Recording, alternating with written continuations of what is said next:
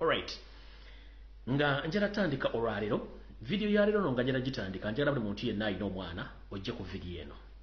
Buli muntu yenna alina omwana njagala obere ku video eno. Ng'ozaala oli musajja oli mukazi njala ku video eno. Yoseli bahoro otamusana mutano wakale jinsi yete tamzezede sanga bisibe njala obere ku video eno. Mutabani umuhozi kanye rugaba Janet njala obere ku video eno. Njala ko omwogezi w'amagye Felix Kuraije njala obere ku video eno. Njagala Minister of Health obere ku video eno. Naddala oyo mukyala Ruth Acheng njagala obere ku video eno. Njala ba headmasters n'aba masomero mwenna njala mbere ku video eno. Abazadde mwenna njala mbere ku video eno. Ne bana Uganda njagala ku video eno mugibeereko bulungi. Njala mugibeereko bulungi. Saagala saategedde saawulidde njala video eno mugibeereko bulungi. Mugiwulire bulungi nnyo buli mwasobola okufuna ekyokuyiga n'okutegeera mu bintu bino bye twogera. Si byangu byakwogera, si byangu byakubategeeza olw'ensonga nti tuyita mbugu by'obufunda information eno gibatuusaako. So mba njagala n'ofuna information nawe kennyini wejjukanya mu bwongo buno omusajja kyayogedde kituufu. Nkoze ntyo okuba nga nva mu kizibu kino. So nno y'ensonga lwaki nzize olwaleero. Njala mutagingire mwenna bali kuno njala mutagingire buli mubaka wa parliament nga wa kibiina kya National Unity Platform abereko. Oba nga muwagizi wa People Power njagala abere ku video eno. Buli mukulembeze yenna owa National Unity Platform njala abere ku video eno. Njagala buli yenna akola omulimu gw'enkyukakyuka ng'oli mwogezi ku internet kuno be tuyita ba bloggers abapostinga abasharinga mbasabuse mbere ku video eno. Mbasabisitira basaba ku lunaku naye mbasaba oli blogger ng'oli wa NUP oli wa National Unity Platform oba oli wa People Power nkusabire ku video eno. Abalaba jjo okujja bajja kujja bokka naye njagala mmwe ba bloggers ba MP ba NUP n'abakulembeze ba National Unity Platform njala mbere ku video eno. Kubanga ebintu byengero bagamba njala mbiteeke mu mutwe ate nga nina bugisimu fungize mubituukirize okuba kye tulimu temukimanyi era kye njala obategeezaako. Alright, ndowooza nga saagala batwala wala nnyo njagala speaker wa parliament abere kuno Anita Amongi n'omumyuka we abereko kuno kuba mbaagala mbategeeza information eno ng'obudde bukyali. Nga ntandika video ya leero njala sooka bategeeza mwenna abazadde bali mu Uganda nti mubeere nnyo beegendereza mu bintu bye muwa abaana bammwe in terms of medicine n'ebintu bali ewaka mwegendereze nnyo. Mwegendereze nnyo nkiddamu. Awo nno nga nvuddewo njagala kugenda mu kigulalo kikyaleero. Era mbatumidde nnyo mwenna abanyumirwa akanyumiro k'ekigulalo buli omu gy'osinzira okinyumirwa nkulamusizaako nnyo ssente za video eno gisindika egende buli muntu agifuneko video. Tolina kyofuna kubanga Facebook si yajjajjaawo nange si yakojja wange si yasenga wange. Naye tutambuza information mu ngeri yonna esoboka buli muntu asobole okufuna video. Tugamba nti embuli etefa yonna ate wano osanga information ku internet ojja gisanga walla kuba mu Uganda tojja gifuna. Mu kigulalo gikyaleero kigenda kuddamu nkole message nasindise eri abazadde mwenna. Naye nga sinagenda kugenda nnyo wala njala sooka bategeeza abazadde mwenna. Ekigendererwa eky'abantu bano si kuba nti balina kye babayambako nti babagema abaana bwe balina kye babatuusaako nedda. Abantu bano balina ekigendererwa eky'okukendeeza ennamba y'abaana mu Uganda ne ku lukalu lwa Africa. Era ng'omuntu asinze okuumamu ekintu kino ye mukyala owa health oyo gwe bayita Ruth Acheng. Kubanga bakolagana ebitongole eby'abatujju ebirowooza mu biina kye bikolera omwana w'omuddugavu kumbe basaanyawo musaanya. Ebibaluwa bitandise okutambula kansooke nzannye ka video kano ke mbasobera ekibaluwa kino. Omukyala ono yayogedde bw'ati. Kansooke mbazannyire ka video kano yayogedde bw'ati. Nobody should tell you that Ministry of Health is forcefully vaccinating. No, kansooke mbazannyire ka video kano ke yayogedde. Bw'ati yayogedde bw'ati. Njala mukawulize bulungi bigambo byayogera ndyoke ngere ku kipapula kino kye batandise okuwandiika. Yagambye bw'ati. Nobody should tell you that Ministry of Health is forcefully vaccinating any child. We have had engagements with the Ministry of Education. We are yet to have the whole national task force sit down and discuss this issue and then bring the parents on board to guide. The final decision will be from the parents. And if we are to vaccinate the children, it will be during holidays. The vaccines will be stationed at specific points if the parents do agree. And they will be requested to voluntarily take their children to get vaccinated. Nobody will force any parent to vaccinate their child for COVID-19. However, again, we give you the information. It is extremely necessary that you vaccinate yourself and your child. so that you don't end up regretting at the end of the day. I know there are so many myths and misconceptions about vaccines and the side effects of vaccines. But again, WHO has guided. The vaccines are safe, they are efficacious, and they protect. Omukyala ono yagambye nti ekintu ky'okugema abaana bagenda kiteekamu okwagala kw'abazadde nga bakkiriza bagema abaana abo, batakkirize tebagenda kukaka, nti era kati bagenda kijja kiri ekibadde kiri mu masomero bakizze ku byalo ne ku parishi mu kiseera eky'abaana okuwummula, nti era tebalina gwe bagenda kaka kuleeta mwana we kumugema. Naye agambye bw'ati nti kyandibadde kyabuvunaanyizibwa n'otwala omwana wo okumugema olw'ensonga nti nawe balina okugema, nawe bakugema n'omwana bagumugema obeera safe. N'agamba nti bo nga bo bakolagana ebitongole by'enjawulo mu nsi yonna okuba nti batuukiriza ekintu kino. Era kubuuza wali okitegeddeko nti abantu bano bakozese okuyisawo puroguramu ze mutamanyi, era wali okitegeddeko nti abantu bano balina bakolera. Weewuunye bagamba nti omwana abeera wa gavumenti, niye omwana alibeera ddi wa gavumenti n'emulabirira okwagala okuggyako mutta obusi. Kati njala zanya ddoboozi lino nga singa mmaze okuzanya akatambi ako, njala mbasomera ekintu kino mulyoke mutegeere ebibaluwa bye bagenze basindika. Ekibaluwa kino bakisindise mu Nansana municipality. Kino mukira bulungi nnyo, bakisindise mu Nansana municipality. Ngenda kibasomera bulungi nnyo. Kikyo bakisindise mu Nansana municipality. Ne kino si kya Nansana municipality wokka, eggwanga lyo bagisindikira epapula bino ebyokutegeeza abantu okugenda okukola ki, okugemesa abaana baabwe. Kati kanti basomere bulungi ndyoke nzanye voice note gye mugenda okuwulira wano. Kitambula kitya? Kati bano bagenda bagenda biteeka mu municipalities ne ku byalo, batandise obitambuza ku byalo n'okutambula ku byalo nga bategeeza abantu. Bagaye bati Nansana Municipality Council kantekene wansi, the head teacher of the public and the private schools, ne bakiddamu the head teachers of the public and private schools, ne bagamba nti kisenyiga 19 okugema abaana abali wakati w'emyaka 12 n'okugenda waggulu. Ekitongole eky'ebyobulamu wamu ne district y'e Wakiso bateeseteese okugema okw'ekikungo okuva ng'ennaku z'omwezi 21 okutuuka mwezi 27 omwezi ogw'omukaaga omwaka 2022, nga bagezaako nnyo okulaba nti bafuna okugema abaana abali wakati w'emyaka 12 n'okudda waggulu. Kino ekikolwa kigenda twala ennaku 2 era kigenda kubanga kikwalaganiramu n'abasomesa wamu n'abazadde okuva ng'ennaku z'omwezi 21 mpaka nga 28 June. Ekiki ekigendererwa ekiri mu kino ekyebbaluwa eno, mbubbo basaba okuyambibwa kwabwe okuba nti mutegeeza abantu bonna n'abazadde n'abayizi okuba nti bagenda basobole okuba nga bagemebwa olw'okuba nti kino kiteekeddwa okuba nga kikolebwa. Guno okusaba kusekeddwa okuba nti n'abasomesa bennyini bakyenyigiramu okutegeeza abazadde n'okutegeeza abayizi bennyini okuba nti bagenda okubagema. Kati kino ekibaluwa kyo kya Nansana Municipality bagenda bisindika buli wamu. Kati bw'omala okuwulira ekibaluwa kya Nansana Municipality, ngenda kuzanyira eddoboozi lino liri mu ddakiika 10 naye ngenda kuzanyirako eddakiika 3 zokka owulirize bulungi olwokuba ofuna obwongo. Njagala owulirize eddakiika zino 3 zokka oggula obwongo bulungi nnyo, ebigambo bagenda okwogera ngenda bikuddiramu. Wuliriza bulungi nnyo. In Africa was to reduce the population, so to give aid to countries in Africa, not clean water and schooling and things like that, but contraception and abortion, in order to shrink the population of Africa because they have great mineral resources there. That sounds diabolical. Yes. That sounds like something conceived in the mind of Margaret Sanger. Yeah, definitely. And so at the time, Kissinger and those involved with the Carter administration wanted to shrink the population, make sure that the Africans do not develop and do not use the resources for themselves, because we in the States, we need them. There is a concerted effort of foreign powers to control the population of Africa.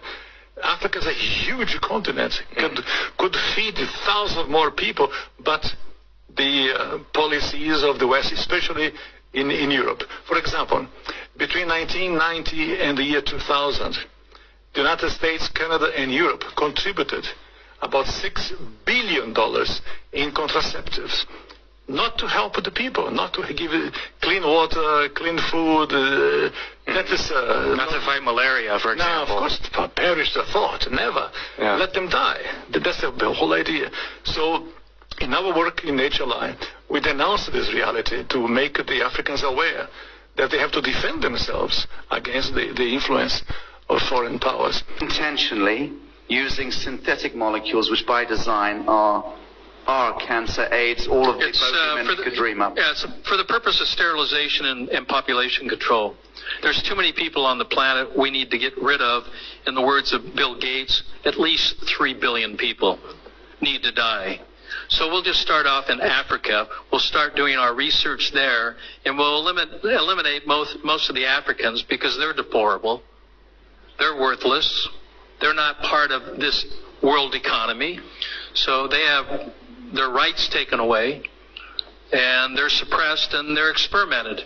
And they deserve to get this vaccine first. And from there, you want to do tiering in various countries to make sure your most vulnerable populations get it. In our country, that would be blacks and Native Americans, blacks and Native Americans, blacks and Native Americans. And if you are black or African American and you're listening to this, you need to know the truth about how you are being targeted for extermination. You and your children and your grandchildren and your parents. You are all being targeted for extermination. Now, to some extent, we're all being targeted in different ways because there is a depopulation agenda that wants to reduce the entire global population to about 1 billion people. But it seems from observing the way they're doing this, they sure do want to get rid of black people first. And they're actively doing it. It's happening right now. It's right under your nose. Most people have no clue that it's going on. And the scientific community is working to exterminate you. It's the scientists. It's the pharmacology. Evildoers. All right. Awusagala kulwawo kyembadde njagala bategeeza kambaddemu katono mu Luganda. Eyo enjogera ebaddemu amaloboozi g'abantu basatu nga bonna boogera ekigambo kyekimu. Ngenteekateeka namutayiika eriwo yakukozesa engeri yonna esoboka okulaba nga bakendeeza omwana w'omuddugavu ku lukalu lwaliko nti bo nga bo bamagulu meeru balaba nga ensi esemazinga kwe tuli Africa semazinga munene nnyo alimu ebyobugagga bingi naye ffe bakaddugala tetulina mugaso ku nsi era tetusobola kwongera ku kintu kyonna ku nsi bo kye balowooza nti kisobola okukola.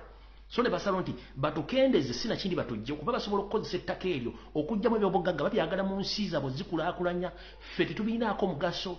Ekyokubiri basobola okukozesa ettaka lya Afrika okulimako emmere okuba nga bo bwe bali so bagenda kikola bata balina okukola buli mu ngeri yonna esoboka okuba nga bakendeeza ennamba y'abantu ku nsi naye ng'ennamba esinga baala kusooka kukozesa muddugavu omugyewo nga bakozesa enkola zaabwe zonna zisoboka naye nga batagetinga race oba ekkala y'omuddugavu okuba nti bamugjawo nga baagala okugjawo obuwumbi 3 obw'abantu naye ennamba esinga obungi bagenda tandikira ku lulyo lw'omwana omuddugavu wonna waali. Ebaga nti abaddugavu temulina mugaso temutegeera temusobola wadde kwongera ku world economy ekintu kyonna muli useless. Kati bwe mbanga ndi useless ate onyamba otyoga nti ogenda kungema ng'omanyi ndi kyongema nkimanyi. Gwe lwaki bakulaga nti abakulembeze bakuba empiso waliyo nga bakuba empiso eddagala bye bakuba so nno muzuukuke kye mbagamba nti muleme kutwala abaana bamwe bagema era temukkiriza. Era oli waddembe okugenda n'owaabira omuntu yenna kkako okugemera obuwana kubanga eryo ddembe eryo nga gwe omuntu azaala omwana mukitegedde bulungi. Kati Munnayuganda ali eyo ebbaluwa gye basomedde kiba pulaninga kiri gy'oli gwagamba nti wasoma bali wasoma kakano bati wasoma naye ng'olina okuguka amaaso okutegeera ebigenda mu maaso. Ensonga zino tugenda zisanga ku mutimbagano ono olw'ensonga bannanyini bafuga emitimbagano gino be bannanyina puroguramu eno tebajja kigamba. Yensonga lwaki nti Africa teggwamu ntalo abagiguze mundu be bani bebbo. Yensonga lwaki Africa teggwamu bulwadde abakola obulwadde be bani bebbo. Yensonga lwaki Africa gy'ogenda bakusosola kubanga tebakumanyi ng'omuntu bakumanyi ng'ekisolo. Olunaku lw'olizuukuka n'otegeera nti ndi muntu lw'olitegeera obuvunaanyizibwabo. Abasajja bangi ab'obuvunaanyizibwa mu Amerika abaddugavu abagibwangawo ku mudugumu gw'omundu olw'okuba nti bayogeranga ebigambo ebiggula bannaabwe amaaso n'okubalaga ekkubo wa gye balina okulaga. Kyekibadde ekigulalo gikyaliro era nkifundikidde buli mugezi bulira munno ategeere musobole okuba nga mwebereramu. Ekigulalo gikiwedde kati ntandise vidiyo yandeese.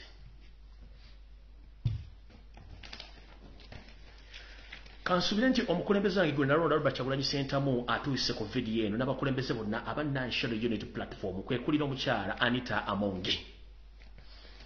Ntera nnyo okutuula wano ne bategeeza nti wandikola ekintu okulumya omuntu n'owunzika ng'oyambe muyambe ekkiriza wetugambira nti eswaswa etayanula gyetera okulega engalabi oluvuunu lwanti nti gwojja kukola ekikolwa okulaga omuntu nti omulumiza naye ate wayitawo akaseera mpawe kaaga n'okizuula nti ate wawadde oyambe muyambe. Ebigenda maaso ku mutimbagano mu mawulire ku radio byonna byewuunyisa era byampuna era biri matankane ng'empale za Yoseli Bamutabukide wa Kalekezi nsi yaleeta okutambula kulaba okudda kunyumya ababaka abamu bali ebewuunaganya abamu bategedde ensonga nga bweri. Nze nno nga bwe nabagambye nti sigenda kubeera kasobeza ng'ekyenyi ky'embuzi ekirekerera obwenyi ne kikwata ku mavivi nja kubeera wanjawulo. Olw'ensonga ngenda kujja okwogera ebigambo bino nga mmaze bisengejja bulungi nnyo n'okumanya obuvuno obuddo kuba nasooka kumanya Museveni nga sindamanya n'abafuzi balala bonna kuba bakozesa bukozesa kati ntandise bwe nti njagala okutegeeza omukyala ono Mama Sadolini n'abatulege nti ekintu kyewakoze okuwa enguzi mu setteeserezo w'eggwanga n'ogiwa abakulembeze abamu kabadde kakodo akateeketeeke era njala tegeeza Bannayuganda mwenna nti ekigenda maaso ku mutimbagano eky'okuvumagana okwerippangana okwekuba endobo n'okwekuba engolo kana akakodyo Yoseli Bamutabukide wa Kalekezi nsi yaleeta muzizidde ensanga bisibe lukwata akategekedde ebbanga ddene nnyo naye ng'alinda kalituuka ddi asobole okubanga atwekubye MP mu nzikiza. Omukyalo ono okuddira ofiisi ye n'agifuula akatego mwakwatira abasajja n'abakazi abaagala ensimbi ez'obusa olw'okuba tebakyayina nsa mu ggwanga munnanga akatego kano kategekeddwa Yoseli Bamutabukide wa Kalekezi nsi yaleeta muzizidde nsanga bisibe. Bulijjo omwami ono anoonya waayabulizaamu ekibiina kya National Unity Platform nga talabawo. Bulijjo omwami ono anoonya wakwatira media ffe kwennyini twekuba eggoolo abawagira omupiira bulungi nnyo gwa Premier League oba La Liga oba omupiira omulala gwonna tulina kye tuyita own goal. Tuyinza okuba nga bakubye free kick oba basimbudde koona oba mu luzungu kye tuyita set pieces mu lulimi olw'emizannyo. Set pieces mwembeera amakoona mwembeera ne free kick. Kati omusajja ono ye kiyakoze yafunye bulungi free kick ye nayibira mu koona eri ng'abazanyi ba Nuupu bali mu boxi n'aba Endalemani boxi abadipi bali mu boxi kati ne basindika omupiira bagwazze olw'okuba ne Museveni yabadde ategetinga ffe ba Nuupu ne twekuba goal ne tugyekuba yewe yabadde ayagala mu kugyekuba kikyayagala ayagala ekigambo eki bakiyita self destruction. Atamanyi kigambo self destruction ye muntu okweyimbamu ogwakabugu ng'olaba kubanga agezezzaako okuvuma Robert Kyagulanyi Ssentamu ne kigaana agezezzaako okuvuma buli ekyetaagisa ne kigaana ne balumba buli ekitegeeza ne kigaana n'agamba tukoze tutya okujja Nuupu eno mu kkubo era tugikuba ekigo. Kye tuyita self destruction ye muntu okubanga nkuwa ekyokulabirako ye muntu okubanga wettoola bagwe kennyini nga tewali akukotteko kyekigenda mu maaso mu kibiina kya National Unity Platform kati essaawa zino. Museveni yakikoze atya yaddidde mukimanyi bulungi nnyo nti nabagamba FDC is part B eya NRM. Mujjukire NRM erimu bakaders abasoma balina PhD bana masters. How dare nti omukyalo ono just alina kamya diguli nga ne diguli y'amateeka teyagisoma si yetuli ebibuuzo ye speaker kati ng'ali wa FDC. Deputy we yali wa FDC kati ye deputy speaker nga ne wali wa FDC. Baatuuka okuyita ku NRM ko kasi yonna omuli abasajja baasoma kubanga it was a mission nga nteeketeeke. Awo tetugenda kulwawo. Omukyalo ono bazze bamukozesa okuwa enguzi ababaka ba parliament naye nga tusirise tuga katukireke. Kati ekirala ekiriwo kiri kiti Museveni bw'amala okuteekateeka omuzannyo guno bwe yamanya nti abantu baagala nnyo ssente naddala Bannayuganda mwagala nnyo ssente okusinga ekintu ekirala. Mu Nuupu oba mu National Unity Platform mukulu we oba muto we General Salim Sara Akandanako yabadde agent agula buli political opponent yenna kabere independent kabere nga alina ekibiina lwaki yakuwa ssente n'osirika oba n'okola by'oyagala. Kati wabaddewo okuva lwe twagenda tufuna ekibiina kya National Platform Museveni yajagala okwabuluzaamu ekibiina kino nga talina ngeri gyakyabuluzaamu. Kyekisooka. Ekyokubiri Museveni yayagala okusuula Robert Kyagulanyi Ssentamu nga talina bwamusuula naye nga kyalina okukola kwe kufuna agamu ku mapeesa agalimu mu Nuupu gasule Robert Kyagulanyi Ssentamu n'ekibiina kya Nuupu nga mapeesa ago gali silent. Bwe bali tebannankwata ekintu kino bakipulaninga n'ekitegeerako n'ekyogerako katono bwe bankwata ne baagala bakozesa opportunity eya breakaway. Mu kigambo ekigambo breakaway mu kiwulabulizi mu Luzungu mu Luganda kitegeeza okwawukana oba ekintu okuva ku kintu kinnaakyo nga bw'onobeera n'omugaati n'ogumenyako toosi oba n'ogumenyako ettundutundu. Yoseli ayagala kye tuyita breakaway mu Nuupu. Ayinamu abantu be bayagala babreakinge all from Nuupu, balangire nti bavudde mu Nuupu bagenze mu NRM olw'ensonga ABCD naye ensonga teziriiwo. Kati gurupu eyo all along ekola ne Yoseli in the disguise nga yeekwese. Anita Amongi abamanyi bulungi nnyo, Salimu Salama amanyi bulungi nnyo, Museveni amanyi bulungi nnyo. Kati missionary bwete Museveni ayina abaka already bayina mu Nuupu nga balinze kimu Muliro kuboocha basale busazi nga pressure bayitiddeko bagende mu NRM. Nenga promise gye yabawadde yabagambye ngenda bawa ssente z'ekisanja kino kyennyini kye mulimu. Ne baba basudde mu Nuupu ekisanja kiri ekijja bw'abanga anakituukamu ye kennyini agenda basasula ssente zaabwe zonna ez'ekisanja ne baba basasudde naye nga bakoze breakaway okuyuzaamu Nuupu. Kansubire nti buli blogger Nuupu omukulembeze wa Nuupu buli kino kyonna okimanyi bulungi nnyo ye mission bwe yabadde. Kati yakitandisa atya? Ekituufu kiri nti si buli member parliament wa National Unity Platform yafunye ssente zino, no, abamu tebazifunyeko. Kati abantu abafunye ssente zino abamu bazizizaayo abatanazizaayo. Wengambira Anita Amongi nti Robert Kyagulanyi Ssentamu abadde n'ekizibu to identify who is who.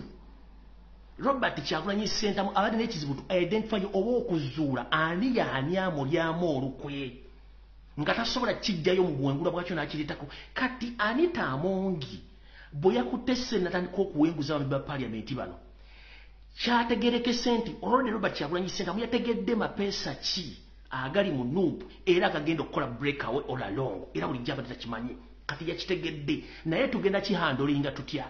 Kati omupiira Museveni bwe yasindise tukube on goal ba kyetuta self destruction twesaanyeewo kyenzizo bagamba olwali mu kiyimirize era ngenda asaba buli blogger yenna wa National Platform okulembeze Kabere spokesperson please pull sala pressure temuddamu kuluma bakano just pull down the pressure. Pull down the pressure. Batu setinze self destruction tukube goal feka. Bana abasajja bano nyegeri java mu Nuupu kubanga bakimanyi nti amasannyalaze gakyabwe ngasigala amasannyalaze. Teri muntu yenna mu Uganda atayagala Robert Kyagulanyi Ssentamu. Kati bo beerabidde nti the moment kasitova mu Kyagulanyi Ssentamu oba kasitova mu Nuupu akawutojja kufuna. Kati bwe baba kitegedde bwe tuna abasindikiza nnyo tubavuma kitegeeza Museveni abagenize kyabayagala. Ne bwe tubaleka wano nga bali ku musingo kitegeeza tuba controllinga niwankubadde Kyagulanyi abategedde nti bali bankwe.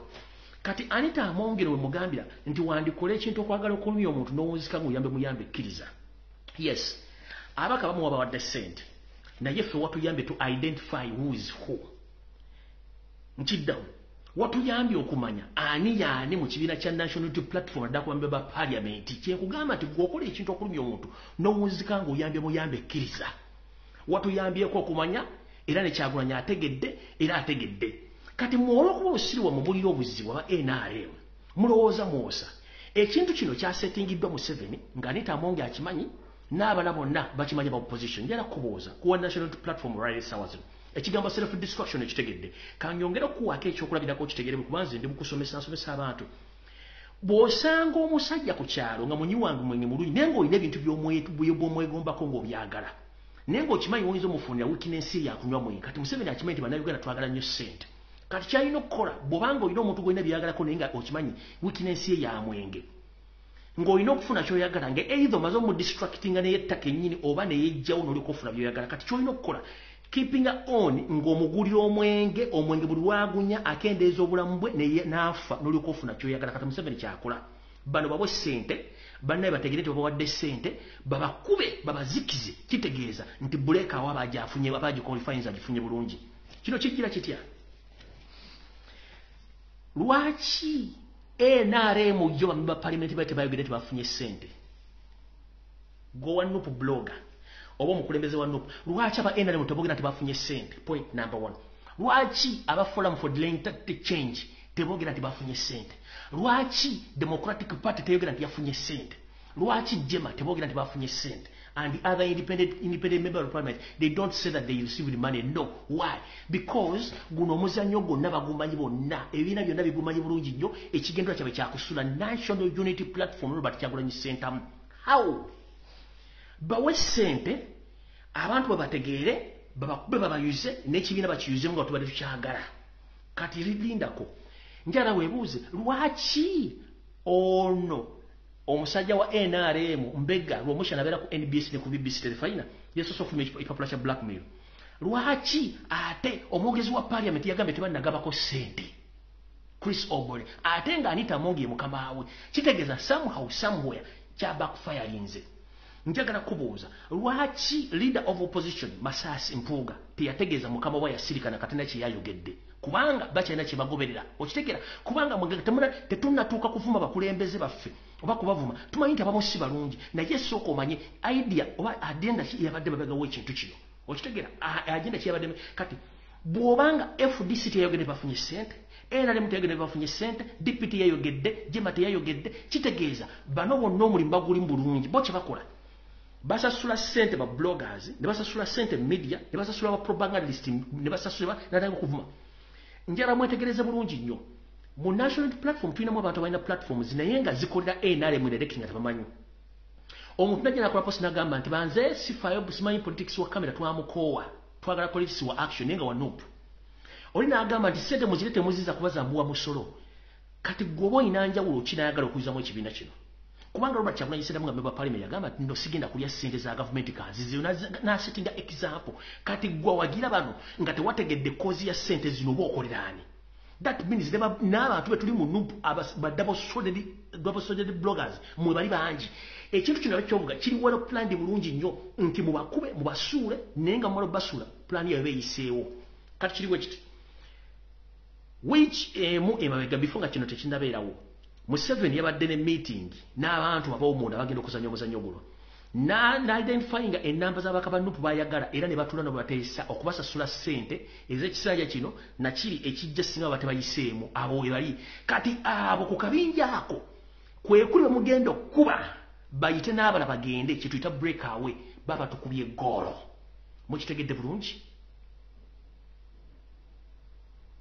mukitegedde bulungi kinjagala obategeeza before nga temunnakuba bantu bano yes they made a mistake but mistake eno bagitegedde bate Museveni amanyi nti ye ayagala nnyo okukozesa abantu akakodyo kabadde kakuba kubisa mwenda babakube babajjewo nga mwafunye ssente naye with the respect mwabadde mulina okuwuliza ekigambo Robert Kyagulanyi Ssentamu kye yagambye nti ssente muziza as simple as that kati mulw'okuba nti mumanyi nti muyina backup ya Museveni that's why abamu mwazzeemu arrogant amu temunaddamu abamu musirise reason being abantu abamu abajja mu national platform naddala abali mu DP block muyina arrogance egamba nti you have seniority in politics nti Robert Kyagulanyi Ssentamu is a junior he can't order you to do anything remember in politics there is no junior there is no senior whoever is leading is your senior and he or she has to give you the command so even though you think that Robert Kyagulanyi Ssentamu is junior in politics but he is the current leader of a national unity platform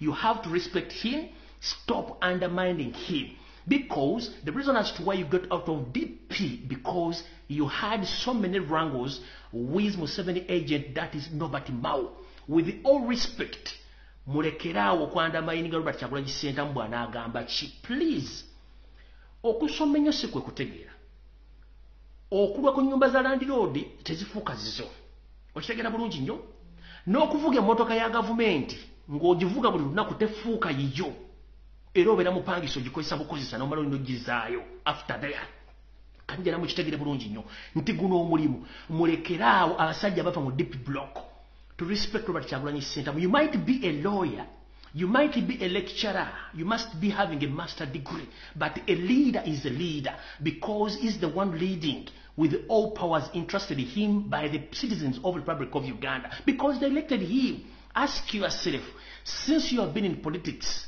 why is it that people didn't trust you and they trusted Robert Kyagulanyi Ssentamu? As simple as that. People trusted Robert Kyagulanyi Ssentamu because previously you've been deceiving and lied to Ugandans that you are intellectual. You are intellectual, but right now they are seeing something different from you. That's why they engaged to give all powers to Robert Kyagulanyi Ssentamu because he thinks like any other indigenous Ugandans. Mwabambala amasuuti nemulozo musinga okutegeera mwe mukyasinza okuza Uganda emabega nze nandibadde ssuukira gya bufuzi naye bwe mbanga mwe balina okwogera ebyobufuzi mutandise kutunula muli nga salamba lya nsenke mutambula nga baluni ejjudde amazzi gyemanyiga ne deadweight abantu bakooye politics oyo kati awo Museveni lwayagala osuula ekintu kino kambazeeyo katono musoke mutegeere kubanga video etandika butandisi maye kati batola mu history nze najja basomesa buli kimu kibagambe mu myaka egiyise waliwo ekitundu kyebayitanga Soviet Union lyelyali ettwale eryalimu amawanga 15 nga lino ensonga zaalyo ziritwala nti zanjawulo nnyo ku nsonga z'ensi endala. Soviet Union eno yasaanawo ani yagisaanyaawo eyagisaanyaawo yali mu America ng'akozesa ekintu kyekimu kyembaga kyekibayita self destruction. Ensi zino 15 Russia yaziriidinga era ensi zino 15 mwalimu Russia yennyini, Ukraine, Georgia, Belarus, Uzbekistan, Armenia, Azerbaijan, Kazakhstan, Kyrgyzstan, Moldova, Turkmenistan, Kazakhstan ne Latvia. Kati America kye yakola Museveni kye yakoze mu nuupu kyembagamba mufungule amaaso.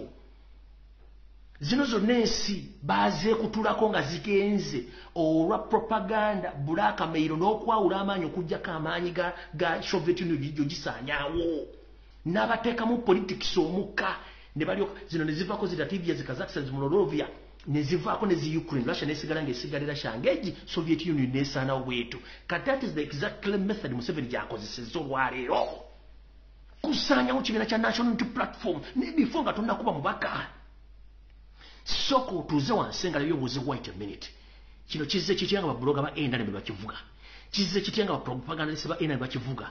Kizze kitya nti Anita Amongi office wa speaker agifudde office ya kugabira mu nguzi. Kizze kitya okuba nga bafulumiza amanya nenga ate amanya ago okugaba enguzi tebakole sit.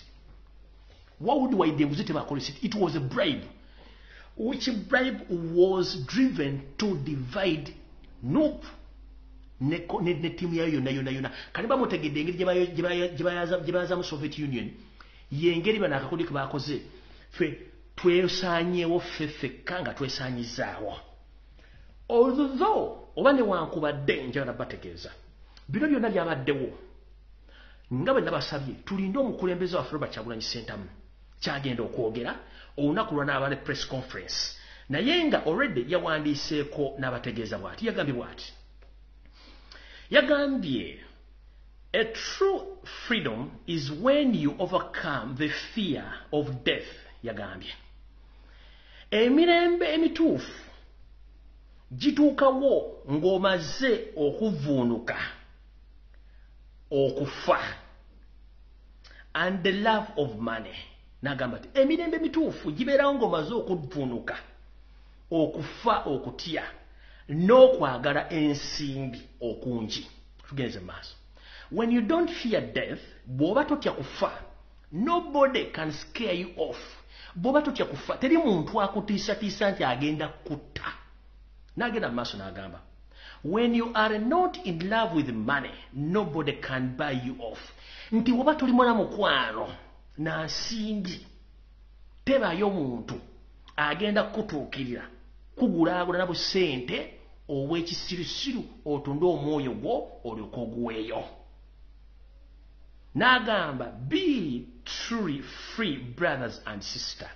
Mubeere beerufu era mufune ekitangaala bannyinaze ne baganda bange ab'obulenzi. Bwe badde obuwaka babawandiikidde ku Facebook olwaleero. Nsuubira nti mu nnaku ezitali za wala nnyo agenda kuvaayo atuwa obubaka kubanga buli kimu yakirina mu ngalo akimanyi bulungi nnyo. Era ne bafugana babamanyi bulungi nnyo. Naye ffe kyenjagala okugamba nti Anita Amongi wakoze ekintu okusaanyawo Nuupu ne watuyambye okumanya wawe tuyimiridde ani yaani era tukitegedde maama. Kyenvudde ngamba nti wandikola ekintu okulumya omuntu n'owunzika ng'oyambye muyambe ekkiriza. Enswaswa etayanula yereega engalabi. Ekyo tukitegedde bulungi nnyo. Okitegedde bw'obaka omukulembeze bw'awandiise kati ngenda kusaba bloga yenna wa National Unity Platform nga tonna kuva omukulembeze sooka omuleke cool down. We were set a trap gye tulimu essanza zikizanyiramu. So which trap bagiyita self destruction. Museveni abadde eri ng'atudde aseka tamanyi nesali musala agenda kufa ng'asekaga mbalina Anita Mongi ekyo kikola wakikoze mbwa gwe idiot wakakinkolera kati ye ali eri yabadde happy until bwetadde okusumana yabaga please hold on we were set a self-destruction batusetinze bomu ne twekuba bomu tusobola kweteekateeka tutya before obuyinza bwonna nga bwe twabukwata tubukwasa omukulembeze yagenda okusalawo ekiddako abaka tusooke tubaleke era temuddamu okukola posti yonna ng'evuma omuntu temuddamu okuluma mukulembeze yenna nabo bennyini bakimanyi nti amaanyi Kyagulanyi agalina bakimanyi nti amaanyi gali mu bantu so si Museveni abawa ensimbi any time from now Museveni agenda tagenda kubeerawo but with the indigenous Ugandans tugenda kubeerawo ndoza mukitegedde saagala barisa nnyo kangende ku information endala basomeseze self destruction mbabulire ekyanita Mongi kyakoze ngalooza atusaanyaawo kumbe ffe atuyamba kwetegeera soka webuuzi lwaki ebiina ebira tebisinayogera lwaki babuloga ba enda ne batambuza ekintu kino lwaki ku mitimbanaga ey'enjawulo kuliko babuloga bakolera national platform ate balumba ennyo ate bagamba sente temuzizaayo ate bw'obanga owagira Robert Kyagulanyi Ssentamu yakola example n'agamba nti sente nzizize mu parliament sizaagala nguzi bw'oba kugambye muli muzeesere za gavumenti ate gwe n'ogaba zizzeeyo simanyi sente za muwa musolo no wait sente za muwa musolo zikoze eki Museveni ayagala batamya babaka ayagala batamya politics eyo nayo kowa point eyiye ayagala batamya politics nti olina MP betwalunda bonna mbuzi. Remember at the beginning nabagamba nze mu Noop National Platform I trust Robert Kyagulanyi Ssentamu only the rest I don't. Buno obuvuyo bakoze nze I'm not scared about that and sisewuunya kubanga mbadde nkimanyi nenga kyenwanirira kiri ekintu eki bantu balonda bantu bano era nga nabagamba nti sigenda kulumbana mubaka n'omu kuba bonna abamanyi information yabwe njirira ne for the sake of the struggle for the sake of Robert Kyagulanyi Ssentamu National Platform nabaleka era ensonga lwaki nzize mbaga nti please pulo batusetinze golo netwekuba oni golo naye tulina okunoonya yayikolayiza with immediate effect ababaka musooke mbakole ki musooke mbaleke omukulembeze kennyini yabitegedde buli kimu agenda kihandolinga bulungi nnyo tulyoke tugende ku nsonga ezittako batusetinze bomu tuli mu bomu twetawaanya awo nno sigenda kulwawo ngenze ku nsonga endala ekya Soviet nkibagulira bwengeri bagisaanyaawo tugenze ku nsonga endala fenno bannaffe tukyali mu ssente bukaddaana mbuze tembuzaayo Uganda weeri yatandise okutuula wansi mu kafo etegedde mu abantu abali mu ssentu abaagala obuyinza mwe muli mu kwekuba wenjogerera essaawa zino okufa kw'omugenzi Yakobo Olanya n'abantu abala mu mambuka ga Uganda abasajja n'abakazi bazzeeyo mu busiisira bwabwe bagoberera ensonga nga bwe zitambula era balina ekintu ekitambula ku gulawundi eky'okutwala obuyinza ffe tuli muzizzeeyo ono yalidde bw'ati nze sikwagala ono oli bw'ati gwe lubadde towampa ku ssente lwaki mwabbye ssente mmwe abakyogera muli Baganda gavumenti ebafuutubaddeko yamugwira musajja munyarwanda mulimu okwekuba mu northern Uganda now they are set ekyokubiri mu western side of the country by indigenous Ugandans they are set to get power from Rwandese muli mu kuyomba muli mu kwekuba muli mu buli ekizibu kye tulina nti buli omu ayagala kufuuka master in this game ekizibu kye tulina buli muntu ayagala kwogera ku politics which is okay naye politics omwogererako mu koweki byoyogera bigattako bizimbulula. There are two things waliwo okuzimba n'okuzimbula kikyogattako ekisooka tulina okumanya nti abantu be tuligiringa nabo bamane hungry ate njagala bajukiza money is just number tewali yali abaze ssente n'azimalayo no money is just number more money more problem bw'ofuna ssente nnyingi n'ebizibu byeyongerako okubeera ebingi ekyo nkibategeeza the more you get money the more problems comes to you okitegeera more money more problems mulina okitegeera gy'oko mufuna ssente nnyingi n'ebizibu bikweyongera kati Museveni yamanya ekintu kimu the only weakness of all Ugandans but mostly the Baganda is money. When you give them money you take each and everything but if you don't give them money they are more dangerous than a snake. So he knew that Baganda they are good at talking but they lack actions. But if you want to distract them, just give them money. They will keep quiet. Akuwadde million yanos kandi agenda kutwala billions. Kati kansoke ngende ku information endala. Njagala webuuza ebibuuzo bino nga tugenda kuba tukyaseetuka. Njagala webuuza ebibuuzo bino. Oloza wachi tewali muntu yenna ayogera ku budget yasomeddwa enkalo. Ask yourself as to why all MPs and all Ugandans, they are quiet about the empty budget which was read this week. Nobody is talking about the empty budget, but we are rushing on the 40 million bribe which was given by Barina Tamongi. Nobody is talking about the empty budget which was read this week. Nobody is talking about that. Kubanga muchimanyi ono yazze okusoma budget nga amaze okusetinga sente ziri kubanga zino sente zibayitadde mu budget ziriyo. Already Museveni yeteremu sente ziri abnormal. Ngenze maaso ekyo kibuzo kirimu. Ekibuzo kyokubiri.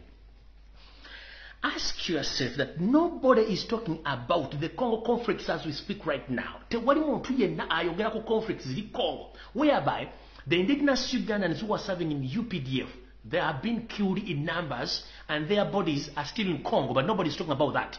We are just rushing on 40 millions.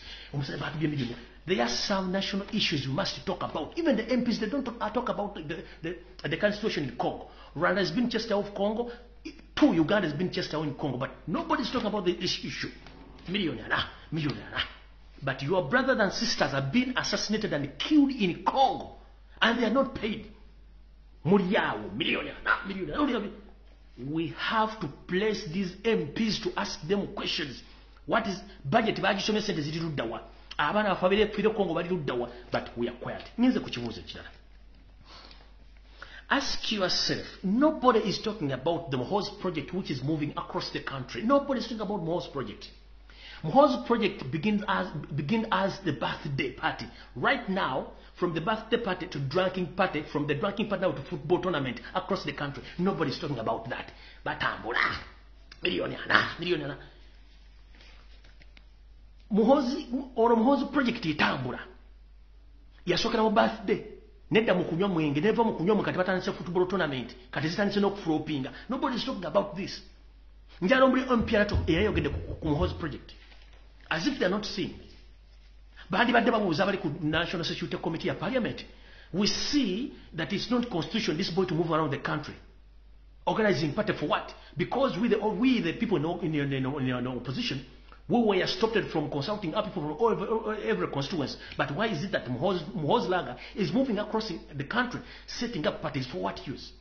Nobody is talking about that. What is taking place in Uganda? Chigenda maso mu Uganda. Tewali yogera ku kintu kya Muhozi project ninga kiri unconstitutional. Bwabanga mu parliament bakuterawo etteeka ntogenda mu constitution okwebuuza ku bantu. Naye nga Muhozi atambula from Monday up to Friday agenda buli constituency buli kintu kyonna atamukutambula tobuuza oli awo. Tugenze maaso. Okay. As we speak right now, there is ongoing mass immunization of kids across the country with fake vaccines. Nobody is talking about that. As we speak, number of kids have been killed, others are dying in hospitals, but nobody is asking any question about the ongoing massive immunization of our kids. Kubanga, they are not there for their people who voted them, they are just there for their stomachs. Abaana bali mu kubatta. Tewali mababa parliament yabuuza kibuuzo kumubuuza lwaki kiki kigendera kiri mu kugema bana tewali akibuuza tewali akyogerako buli mwago alese ngalabi ye millionaire. Let them eat mubaleke. The public is watching. Abantu balaba. Abantu bali mu kulya muwogo tewali abuuza ibuuzo bino. Abaana baba bali mu kufa tewali abuuza ki. Ask yourself right now. We have a huge problem which may elapse very soon. That is the war in Congo.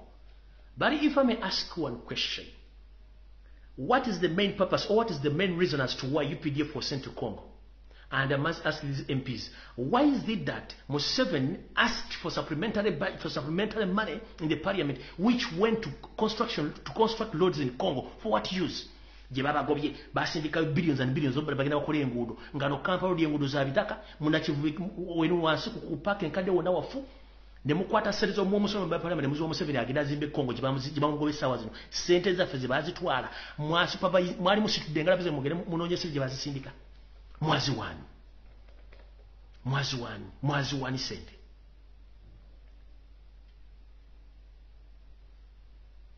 mwazi wani Congo batugobye eyo kale ne mwakwata billions and billions of money muzisindike Congo zigende zikole enguudo nga ne Kampala road wenyine enguudo nfu tetulina malwaliro abantu tebalina kyakulya mwasindika ssente Kongo gyabagobye kati mwokubalaga nti ono musajja ye kennyini ye master of violence ne diversion yagenze genda Luweero ng'akwata abasajja mbusimanya ataddewo diversion bisubira bali ADF. Where is ADF? Tagende maaso mayi bano zembe sobolya sagala balimba nenga tonnalumba kintu kyonna sokwebuuze abafunye ssente abalanga teboogera the likes of DP, FDC, JEMA, NRM. Nobody is talking because it was an organized self-destruction plan which was planned by Museveni. Because these people who will claim that to be opposition, they are not. They are just there playing games to distract or to kill Nup jointly. It's a joint effort. That's why you see politics wa Uganda Museveni ya munu na yafuka wachi yayo watu limu yato soba kumutegeera kukusasula bloga bavume chagula kumande from Monday to Friday baba distracting baba teka ma bloga baba distracting to disrespect leaders mchimba chikola so kawebuze lwachi bano teboogera ku bintu bigenda maaso mu gwanga. Nobody is talking about that. Fe tuli mu kwekuba ngenze maaso kati ensonga endagenda maaso njala mu mpuliriza bulungi nnyo tuli mu kulya naye Katonga ajjula wetwogerera abantu bangi mu bitundu wammanga bali mu kuttibwa era n'amataga gatwalibwa naye tewali muntu ayogerako. Tuli ku miliyoni 4 naye nga kano kadde katego ketuyita self-destruction trap which is working right now. Njala bagamba nti era nga bwe bategeeza nti omusajja oli bambi eyattibwa mukulu mugambwa oweruweero ennyumba ene bagikuona wala gitwala ettaka ne balitwala wetwogera munnanga omulambo gwe state yaguwamba nga ne famire yonna bagiwamba era nga mu kino balina neteekateeka etta omukazi okubulaibinga abaana bano basirike naye nga wetwogerera omukulu ono Sura Serunjoji eyita Sura Serunjoji ono yali RDC kati nga yeeyita w'amagye Seviyumba wetwogerera alina ekibinja ky'abantu ekitambula mu bitundu bino byengendo bagamba nga bagenda babba ettaka ly'abantu nga babatta. Bwe nsoma ekitundu kyo ng'olinayo omuntu wo yalina ekyapa ky'ettaka essaawa zino nga wali mulamu mugamba binyiike mu nsi watambule n'ebintu byadduke. Ebintu bino mulabanga Sura Serunjoji yabirimu n'emirimu n'abantu bamugenda okutya abantu bano bammanga. Yoseli tibaabalo tabasala mutano wakala nyisire temzezedde alina ekibinja ky'abanyarwanda abeefula nti bannansi naye ng'ate mugenda kutyana bambe ba parliament abambaaliko. Sura Serunjoji y'omu bayina amagye ga SFC agabakulembera kwe kuli omukulu Simeon Nsubuga eyaliko MP eyaliko omudumizi eyaliko omupoliisi ng'akola mu kibiina kya UN kuliko omusajja gwe bayita Theodore Sekikubo y'omu ku bantu Museveni bakozesa okusaanyawo Buganda n'okutwala amataka mu bitundu by'omwanga. Gurupu eno etambula nga yeekwese era nga bali mu bitundu omuli Luweero, Bulemeezi, Gomba, Kyankwanzi ne Kiboga. Bano batambula balina state backup okuba nti banoonyereza buli famire y'omuntu alina ekyapa nga Buganda bakutta ekyapa ne bakitwala mu lands ne bakikyusa era ne famire ne bagisaanyaawo ettaka ne balitwala. Bino bikola mu matumbi budde n'emisana ttuku nga tebakkiriza dde muntu yenna kujja kubuuza kiki ekyabadde waawo. Okakasa ebintu bino byonna mugenda kuwulya waliwo n'omwami mulago bakolanga omukulu oyo omugenzi kati n'omulambo bagomba tebaagala ensetegere omulambo guno gye guli ogwa mukulu mugambwa kyekikolwa kye kimu kye bakola nga batambula bakola ebintu ebyo era nga wetwogerera nti omulambo gwa mukulu mugambwa gwawambibwa era efamire newambibwa okutwalibwa nga n'omulambo teryamu gye gumanyi gye guli nga n'omukazi kennyini bapulaninga omutta nti ayinza obafuukira ekizibu. So omukulambo gwa mugambwa SFC yaguwamba n'abaana babawamba nga bagezaako batiisatiisa okuba nti bakola ki nti babajja mu mission eyo. Njala muliza voice note eno eyabaddemu abantu bano nga bategeeza abantu beejogeddeko manyizo soogera samwa nga sirina bwino muwulire akatambi kano abantu nga boogera ku mukulu Theodore Sekikubo ate nga sigwe mulundi ogusoose okubanga omukulu ono yeefuna nti musajja munnaddiini so nga ate naye enseekezi ewedde emirimu. Wulira nende zibeera n'omu mukina nga ziri mu kutambula busika ya butayo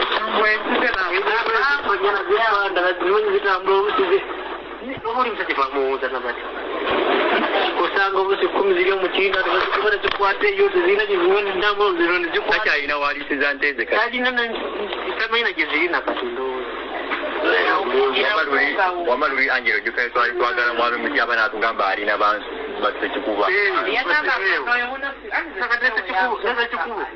kumulabyeko yokusaba bwanga bunaye abaddeyo abaddeyo manyi bale yavudde nayo bakanga yabanya okuva abantu bagamba baba babifuna mutuufu tubaleesese muno obadde kakaliyo lwaki obuukolamu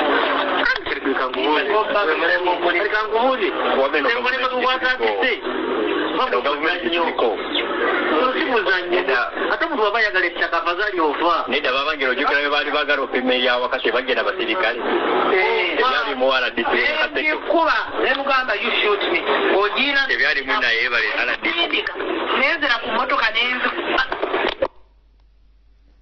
oyo mukulu Thodo Sekikubo Simewo Nsubuga kyokka omusajja oyo yeeyita Orthodox era mumusanga ayogera musajja mugonvu nnyo naye musajja naye munyarwanda weewuunye ekimuleeta mu magombola mu masaza gano gonna nga wuli weerwa emiyaga jjukira babala lukola lwonna ddutwala bo nga bakozesa sisitiimu y'okutta wetwogerera essaawa zino drone yange yantegeezezza nti abanyarwanda bonna bavuddeko n'abo abajja okuva mu kuva Rwanda ne Burundi abaali bazze mu kulama nga basinga obungi batandise okubayingiza mu sisitiimu era balina passport balina endagamuntu naye ekisinga okutiisa abantu bano batandise obateeka mu bantu baffe nga ntegeezeddwako nti waliwo meeting eyatuula Museveni ekintu kino ekyokusaanyawo Abaganda yakitandika emyaka 25 emabega naye ng'agenda kikola atya ye tasobola kuddira abasajja b'engulu kubalwanyisa bannabaganda kubasaanyaawo nga tasobola kuddira abasajja bamu east kubalwanyisa n'Abaganda basaanewo kubanga abakulembeze badde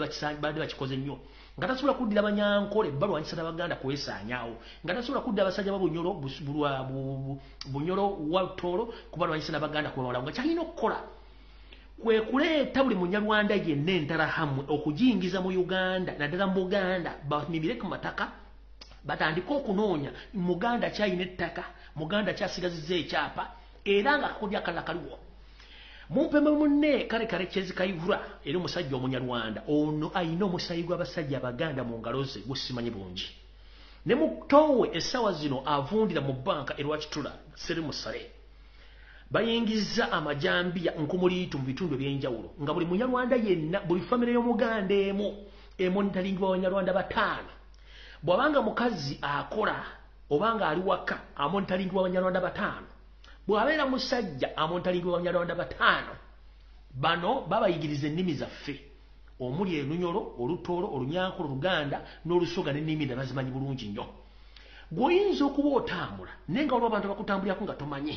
yensonga lwaki mulaba nti kati nebatta omuntu njala mumbulira mukyawulira muli gona ku radio nti Eruweero omusasi waffe agambye njala mugende ku radio muziwuliriza nnyo TV nti gana mule gafudde Eruweero gano gafudde Kyankwasi gano gafudde Gomba tebakyabisoma era okukwata ng'osindika eggulire lyonna erikwata ku ggula nti waliwo omuntu gwe basse wano oba ettaka lya gundi balitwala njala mumbulire mu bukyanga tutandika omwaka guno video kigi mwalibera ku televiziyo nga boogera ku ttaka nti bagoye abantu ku mataka njagala mbi video kiji wali olebe nga balaga olali bagoye abantu ku mataka nyaba dali mu kugoba ku bantu ku mataka bali kubatta njala babuuza video kiji wali olabye kebere NTV kebere BS Telefina kebirani nga bakitadde ku radio wadde TV mbulira muli ku bakaddaana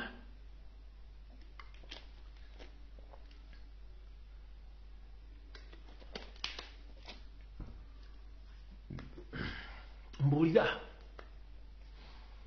gwembulya wasanya kalo Charles Prima igasano nga mulengejja bukyanga fuka Katikkiro wa Uganda yali ageze kuwali akatamako konna akalimu ettaka mu Buganda njagala ombulirewo Mayiga yali agenze ku ttaka ki mu Buganda libaali bagubyeko batunayimirirawo nayogera n'abantu abo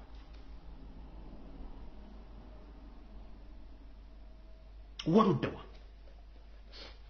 kebere Lusanja teyagenda kebere ku mwalo gwa Kabaka eri Mulungu teyagenda kebere Nakaseke tagendangayo kebere Lulo tagendangayo kebere Mityana katagendangayo kubanga is part of the cocoon abasanya Obuganda nga batwala ettaka ly'abasajja n'abakazi Abaganda era ne mission esanya Abaganda mwali boya kati badde mainstream media tebasobola jikiriza kuzanya gguliro naliva mu kyalo deep nti bagoba abantu ku mataka no oli bayebale bagoba abantu ku mataka Thodo Sekikubo bagoba abantu ku mataka Simewo Nsubuga bagoba open ye munyarwanda Judith n'abakoba kagologosi ke batekali mu kagenza kusolvinga nsonga za ttaka yeke nyini ttaka atasolvinga ettaka niwe buzo bense tegereja n'abakoba ttaka lye nyini Kalate ya solving ettaka anda bakoba ne mukyala Munyarwanda ne webuuza Abaganda abali ku ttaka libalagawa tutambuza ngalabi ne tubeera awo kubanga bakimanyi mwagala ssente bakuwa ssente sirika nze nkubuuza mainstream media Uganda mubadde bbanga kinga mulabako video bagoye bantu ku ttaka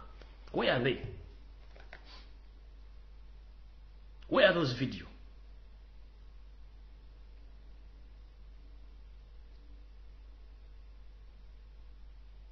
Teziriwo kubanga tebalagaze mu kitegeere.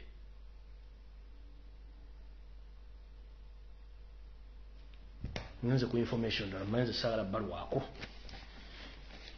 All right.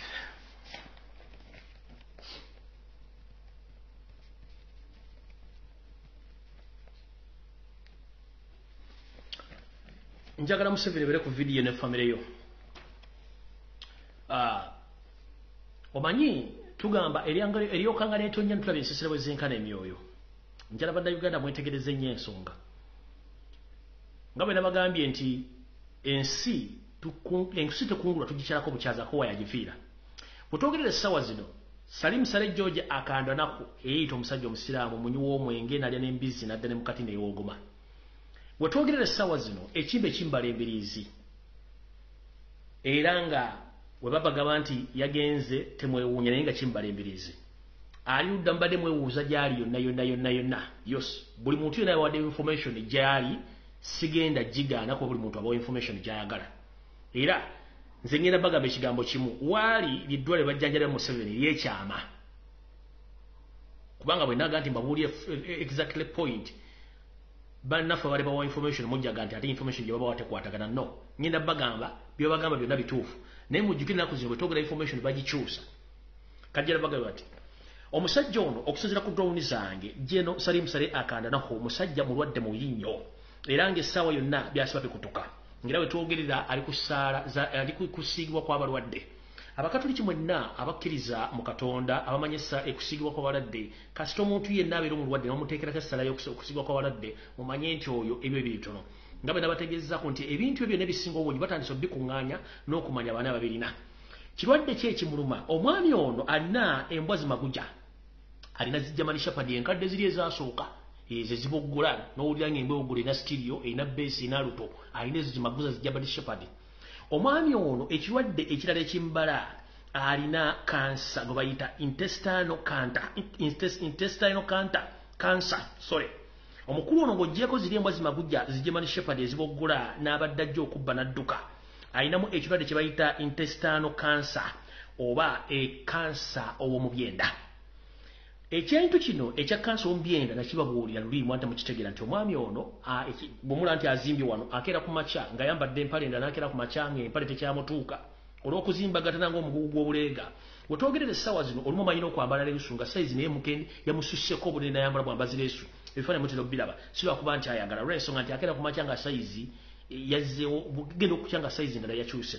Ayina kye tuyita intestinal cancer ayina embwa zimagujja ziri zijjamali shepadi enkadde ezasooka kw'ossa n'obulwadde obw'ensigo.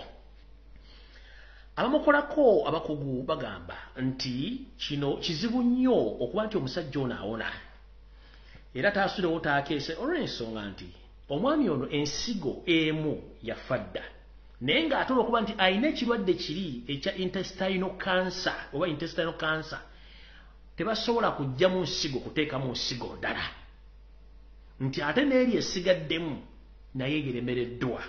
Kitegeeza ki? Kitegeeza tewepanga nga Katonda ate era Katonda tomumuyomanga. Goyinza okubeera nga weyita kirinkya gw'osinga amaanyi oyina emmundu naye eriyo omusajja eyo waggulu yateeka eggulu n'ataliteekako mpagi n'alireka nga liri automatic buli omu alirowooleze gwe n'olowooza nti gw'osinga okutegeera. Katonda w'amaanyi ate wa buyinza. Buli kintu kibeerako essaawa n'obudde n'enkomerero. Njagala bagamba ekigambo kimu. Muve mu folofotto mulwande ensi yammwe. Katonda ali mu kutuyamba muli mu kwenyooma. Kiki kye muliko mu basajja muli bakazi mmwe?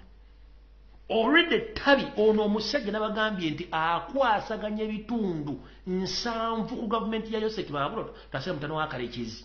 Yasinga ettaka mu Uganda budget ya Uganda agifunako ebitundu 45 ku buli 100 sente azirina, ya controlling amaje 60%, ya controlling buli kimu ekiri mu Uganda yakiinako obuvunanyizibwa.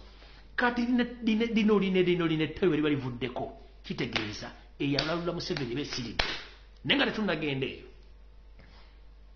Mulumirwe ensi yammwe muve mu kukola ebintu bitagasa kubanga Museveni akimanyi bulungi nnyo line tebe limuvaako eyamawule bekoze eki esiridde. Kati we mbagambira muve mu bintu by'okuba jjejjere bugwe mutamanyiiko mukole strategies empya. Mukole strategies empya kubanga ekikutta obudde kigenda butta. Ekiri e Congo kitokota si kisaanikire. Babatadde mu diversion z'abaana ba ADF eruweero. Ekiri e Congo banaakibabulira mujja kusula nga mwetakula. Mu kifo ky'okufokasinga ku ngeri ki gye tupulaninga okujja abasajja bano. Buli omu adda mu sime kino kiki, sime kiri kiki, bano bayomba bano bakola batya. No, it's not time to fight. It's time to sit and we set ourselves. Bw'otakikola kati ogenda kikola kati. Gwe singa manya abasajja pressure gye bali mwandi bali temudda na kukuyombera ku social media kuno. Katonda ali kusaidi yaffe. Katonda ali kusaidi yaffe. Naye tuganya okutegera nti Katonda bw'atyo bwe yakola abaana ba Isirayiri baabonaabona mu nsi baabattira Bugirimaani, baabattira mu Europe, ne babattira mu Buwarabu, ne babonaabona. Naye Katonda yabasindikira Musa. Musa n'abasomesa okubajja mu nvuba okubayisa mu mugga n'abayingiza ensi ensuubizi gye bayita Isirayiri. Bwakkiriza mu Katonda emboozi gyo bagimanyi. Naffe nno tutyo mwenna abeebuzaabuza bafuka banaaba nga muli ku social media muvuma Robert Kyagulanyi Ssentamu. Muli ku social media mujje bengulu ebiga bye twogera. Ekiseera kigenda tuuka nga mufeesinga amazima. Naye nga amazima okubonaabonako mbonyebonye mu Uganda mwandibadde muzuukuka buli omu n'akwata munne mu ngalo ne tutambula. Abasajja bano enteekateeka yaabwe nnene naye njagala bagamba nga nyongerayo. Yoseli kwoli kuno nkimanyi kati okanudde amaaso eringa ente erinnya lwere gye banyiga omukira. Okimanyi bulungi nnyo nti olugezigezi akamanyiro n'akajanja akakumuusa ggula akaamugwanya. Mukimanyi nti enkomerero yammwe etuuse. Naye mugenda kumaliriza mutya? Okumanyiira effutwa effugabbi n'akajanja ke mulinamu abasajja akabinja k'Abanyarwanda abatono. Ke mwagala okufutubbala ku bannansi naddala nga mwagala okukola kye tuyita dynasty mu East ne Central Africa. Mugenda kiwulinaako, mugenda kiwunyaako. Mwagenda ebulu ne mugikyankalanya ne mugiwamba. Ne mugenda ero ne mugikyankalanya ne mugiwamba. Mugenze Congo bannansi bagambye nti kimala mulina fumba buli Munyarwanda akwatibwa alina kuteekebwa ku musito. Mugenze South Sudan ekiyo kitokota si kisaanikire. Mwagenda Ethiopia ne muteeka amagye Tiguli. Sente zitamu zitadde sente ziva mu Uganda zigenda Tiguli. Naye mwagala kukyankalanyayo. Wetwogerere essaawa zino. Omuzannyo guli ekkalamojja kuno kwoli Museveni nkumanyi. Omuzannyo guli ekkalamojja okutta abannansi Uganda. Ekitundu ekyo kiwe abantu abalina okuteeka mu buyinza tukumanyi bulungi nnyo. Naye nga ekituufu ekiri nti otendekerayo bayeekera ba M23 ettabi erimu erigenda okukyankalanya Kenya. And I'm here to inform the Kenyans, more especially the current President of the Republic of Kenya and all Kenyans, please, with immediate effect, inform your security organs to deploy in Turkana region, because all the training sessions have been taking place in Karamoja region for M23 who are going to invade Kenya after or before the elections, because Museveni knows that his friend Luto can't win those elections. So now Museveni, he had been destabilizing Africa, the entire continent of Africa, by placing his fellow Rwandans to conquer Africa. That is their mission. Right now he's in Tigray, that is Ethiopia. He's the one in South Sudan, right now destabilizing Congo, destabilizing Rwanda as well as Burundi. He failed his master plan in Tanzania. Now his next target is Kenya. He knows that if you destabilize Kenya, because Kenya is the main source of all trades and the trade routes from Mombasa to Kampala, so he wants to destabilize Kenya by all means. So I'm here to inform all Kenyans and the Kenyan authorities, please, with immediate effect, please deploy heavily to all border corners which are bordering with Uganda, but mostly in Turkana regions, whereby All the M23 well-trained soldiers are ready to cross to Kenya to destabilize after or before elections. And this message, take it seriously, because we like Kenyans, because we are brothers and sisters. These people, the Rwandese refugees who invaded Uganda and the other parts of the regions, they are there to mastermind their dynasty or to dynasty. So please, Kenyans, with very effect, inform your security organs and the President of the Republic of Kenya to be very vigilant, and they should put and implement their security on all border entries which are bordering with Uganda. If they fail, and if anything happens during or after elections in Kenya, get to know nobody's in that plan is Yoseli, Tibahabulwa, Utabayisirwa, Museveni, the son of Kareches, is the man behind all the scenarios which are taking place in Burundi, Rwanda, Congo, South Sudan, Ethiopia, in the northern part of Ethiopia, that is Tigray, is the one. He failed in Tanzania, but now he's destabilizing East and Central Africa because he knows that he's the cleverest man on planet Earth. But time is going to come when he is going to be answering all questions. So Kenyans, please be informed and prepare yourself, because the M23 branch is being trained in Karamoja region, which Karamoja region is bordering with the Turkana. Last week he was there to officiate those rebels who are going to invade Kenya. I am repeating this statement.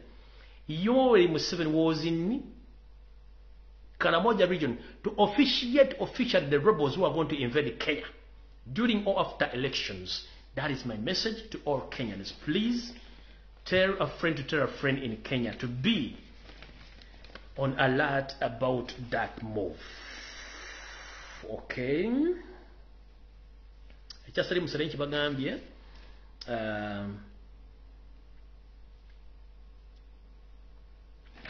ndowooza sina bingi byengenda kwongerako, obudde bugenze. Tugenda kusekana ku Sunday muri Bulange Mmengo, saa zijja kubeera 2. Nja kusaba abantu mwenna abali mu bitundu by'emmenye gye bali mu kutwala amataka ga Buganda, mujje ku ssimu yange mugimanye ku mutimbagano gwange. Njagala conclusive information ne evidence eraga abantu abagobeddwa ku mataka ne families ezittiddwa. Nzije njiraga abantu bonna bakyagawumbidde balowooza nti Uganda weeri wa Buganda weeri si weeri. Njala kubya omulanga mwena ba indigenous Ugandans, most especially those from the western side of Uganda, the region of Banyankole. Please wake up before it's too late. We know that you've been facing a tough situation because you were invaded by the Banyarwanda, who so claim to be by the Banyankole. They are not Banyankole. These were pure Rwandese who came to destabilize and to take land from all the Banyankole. As well as the Bachiga, as well as the Banyoro, as well as the Bakonjo, as well as the Batoro and the Banyoro, as well as the people from northern Uganda. Apa land is being taken away, and the number of people in Apa being assassinated and killed, but no media in Uganda is informing the public about the situation which is taking place in Apa. And remember, in Karamoja is taking place, the next destination is Busoga. So my friends in Busoga, whenever you are, when you hear this information, please be warned and stay alert. Rwandese are approaching the Busoga region, because for us in Uganda we are facing it rough, but we are trying to force these people to get out of our land, but it's not easy because our people, they are good at receiving bribe to forget each and everything. But I'm here to inform the public, but whatever situation is taking place in Uganda, be very vigilant, because Museveni is good at blackmailing, dividing and rule. That's why he's doing his best to bribe each and everything, because he knows the moment you capture the media, nothing is going to go public, and people will stay there drinking beer from morning up to evening because they lack information. That's why in Uganda, bars are open 24/7. You are free to drink and get drunk. Forget about the current situation or the current affairs of the nation, because he's told you you are free to drink from morning up to evening. He doesn't care whether you take your kids to school. He doesn't care. Drink and die. For him, he goes forward with all his plans, because that is his information. My brothers and sisters, my all Ugandans, I'm here to inform you. Let us get together to fight these intruders who came to destroy our nation. You might be not like me as a person physically, but take my information. Don't care about the person who's speaking this. Care about the information which I'm giving out. I'm repeating this statement. You might be hating me as a person, but take my information very crucial, because nobody's going to like you, or nobody. No, I'm not going to encourage anybody to like me. No, but take my information, because the media stream in Uganda was sealed off. You can't get any information concerned about the things which are taking place in Uganda. But please, I beg you kindly, let us join our hands. We fight the intruders. Museveni hates the people who speak the truth. He needs people who are. Museveni needs people who can't think. That's why he said, I don't care if you bring someone to the parliament who can speak, as long as when we reach to make decision in parliament, he says, yes, that is it. He hates people who reasons, because he knows that he lacks the capacity, or he lacks the capacity of informing people the truth about the situation which is taking place in Uganda. So when you love money, he bribes you and you keep quiet. For him, he takes whatever he feels like to take from you. But you will not complain anywhere, because he gives you your portion. So please, stop enjoying the portion. The country is ours. Uganda is rich in minerals. We should concentrate and we get out of hell. May God bless Ugandans. Stay safe. I love you all. Stay blessed. Mukama bankumira takumira mpeera kulwa Katonda n'ensi yange. Mwera.